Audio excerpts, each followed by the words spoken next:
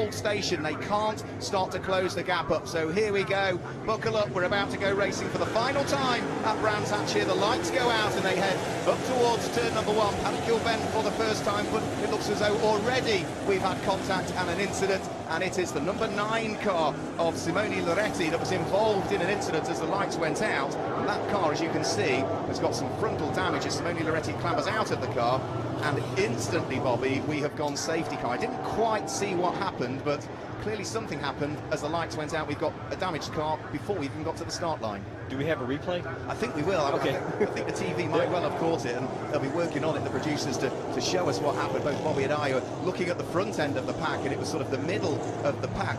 It was row number 11, but we don't have a replay of it, sadly. The cameras, understandably, were doing what we were doing, following the front of the pack as we looked up towards what was going on at Paddock Bend. But Simone Loretti is out of the number 9 car. Of course, that won the race earlier on today in the hands of Gianmarco Ercoli in the Elite 1 Championship, and there is a rather second-hand looking car of Max Lancer as well. One of the rookies in the field, the number 41 Chevy, has got, well, not just frontal damage, that's got rear end damage. So it looks, not that we saw it, but there's been sort of some chain reaction, has there not?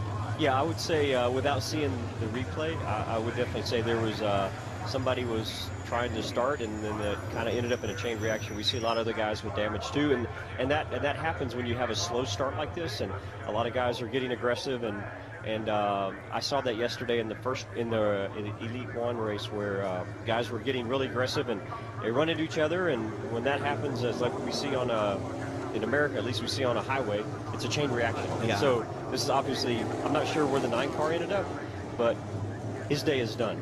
So he ended up in the wall, and I'm not sure where he was at in that, but if he was at the end or the beginning. But obviously, nobody wants to see this because you got race cars that are tore up before the race ever starts. Yeah, Simone Loretti's got damage to the front end. I suspect he's got damage to the back end as well, because the car that was behind him on the grid was the number 41 car with that front and rear damage that we saw limping into the pit lane area. All of the cars are being brought through the pit lane at the moment just to make sure that we can get the recovery done racetrack side. So the safety car, sensibly, under the suggestion of the race director, is bringing the cars down pit lane. So there's the number 41 car of Max Lancer. You can see that car is in the pit lane and Max is clambering out, so looks as though for the club entered machine, his day is done, and you can see the disappointment on his face. How disappointing is it as the lights went out, and what caused this incident? So here they come, Bobby. This time we might get a better view as to what's gone on.